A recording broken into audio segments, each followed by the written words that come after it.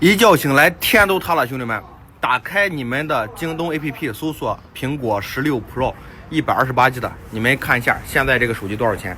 我记得昨天收的一台全新的128沙漠金6450，我觉得这个价格挺优势了。今天早晨妈呀，打开手机一看5499，苹果是彻底摊牌了。光今天我们接扩容咨询的电话已经接了8条了，5499啊，兄弟们，买16 Pro